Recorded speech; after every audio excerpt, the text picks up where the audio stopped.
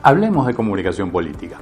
Hoy quisiera hacer algunos comentarios sobre las recientes elecciones legislativas en Colombia. Este video probablemente sea un poco más largo de lo que usualmente hacemos, así que si quiere ver todo el video, vaya al link que está al fondo y allí podrá ver todo el video. Lo primero que quisiéramos comentar es que las elecciones se tratan de los electores, no de los candidatos. Se trata de sus aspiraciones, de sus deseos, de sus angustias, de sus temores. Y en esta elección hubo un excesivo culto a los candidatos. Se estuvo muy pendiente de promover su figura.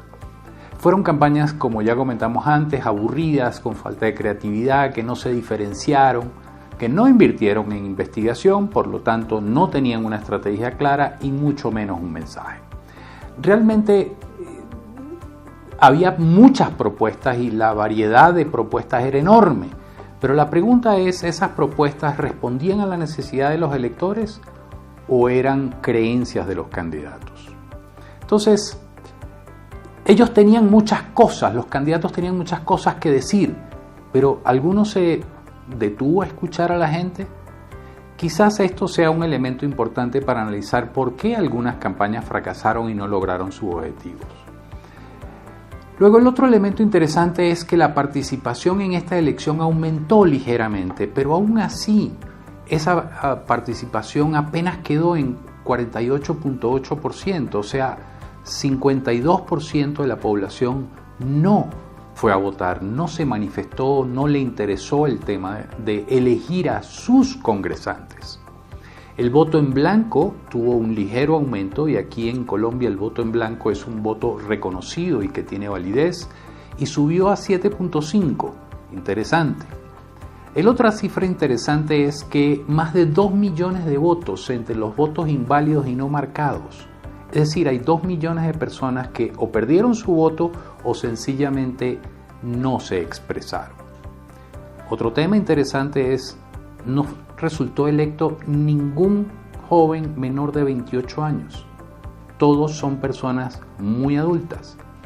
Y cuando tratamos de ver el tema de género, solo fueron electas 19% de las mujeres a los cargos que se disputaban. El otro tema interesante es qué sucedió con los partidos. Bueno, Centro Democrático logra sacar la primera minoría y logra casi 16% de los votos. Cambio Radical se consolida como la segunda fuerza con 13.5% de los votos.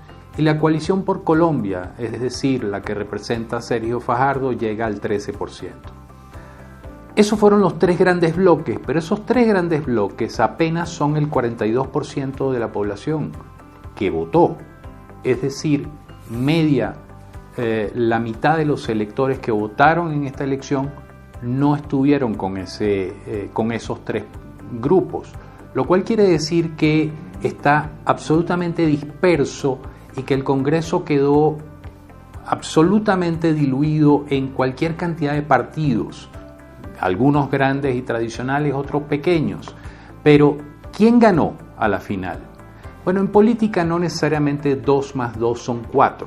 Los resultados pueden ser distintos. En todo caso, tal como lo dijimos en el pasado, el próximo gobierno va a tener que hacer grandes esfuerzos en negociar y generar acuerdos para poder integrar esa diversidad que hay en el Congreso. El otro tema es que paralelamente a estas elecciones se hizo una consulta interpartidaria.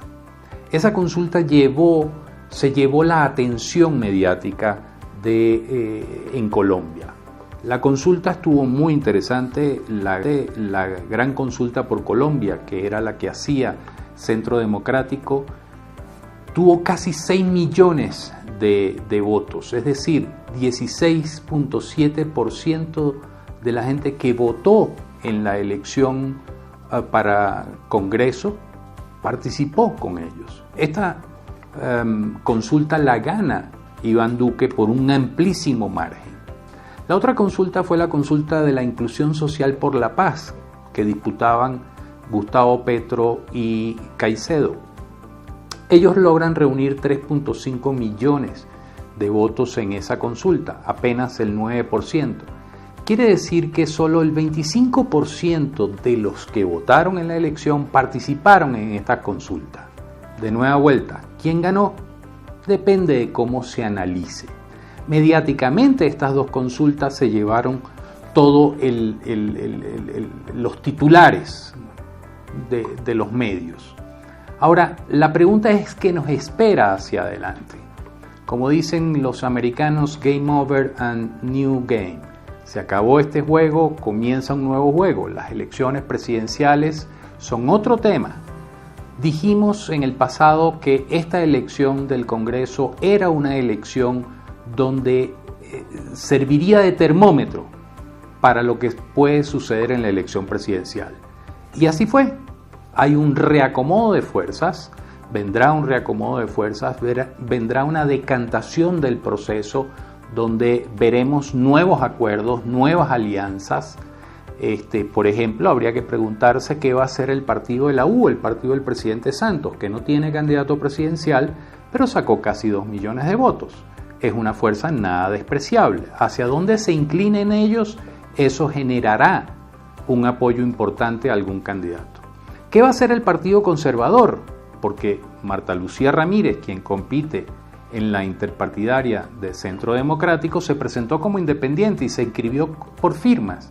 Entonces, la pregunta es, ¿el Partido Conservador considerará a Marta Lucía su candidata a vicepresidente o sencillamente buscarán otras opciones? El juego está totalmente abierto. El otro elemento interesante es el tema de la FARC. La salida de Timochenko de la carrera presidencial y los pobres resultados que tuvieron la FARC en esta elección acaba, entierra, elimina definitivamente el discurso de que Colombia podría transformarse en otra Venezuela, el discurso del castrochavismo, etcétera, etcétera, etcétera. Puede ser que sigan atacando a Petro con el tema del castrochavismo, pero evidentemente este discurso perderá muchísima fuerza y muchísima credibilidad. El otro tema es, los candidatos a la elección presidencial se han ocupado de hacer propuestas y propuestas y propuestas. La pregunta aquí es, 1, si la gente les está escuchando sus propuestas, 2, quién hizo esas propuestas y 3, si ellos escucharon a la gente. El tema en el que quiero enfocarme es que sencillamente ninguno ha podido establecer en la mente del elector una idea de fuerza que los caracterice, que cuando la gente piense en algo lo asocie con ese candidato. No hay una estrategia clara todavía sobre ese tema. Así que vendrá la construcción de nuevos relatos, de nuevas historias. Por supuesto, vendrán los ataques de unos candidatos contra otros. Habrá que ver cómo plantean los partidos y los candidatos sus estrategias. No está claro, repito, el juego está abierto, comenzó un nuevo juego, hay reacomodo de fuerzas, ya hay conversaciones entre distintos partidos y esto sencillamente va a estar interesante de hacerle seguimiento. Nos vemos en una próxima oportunidad.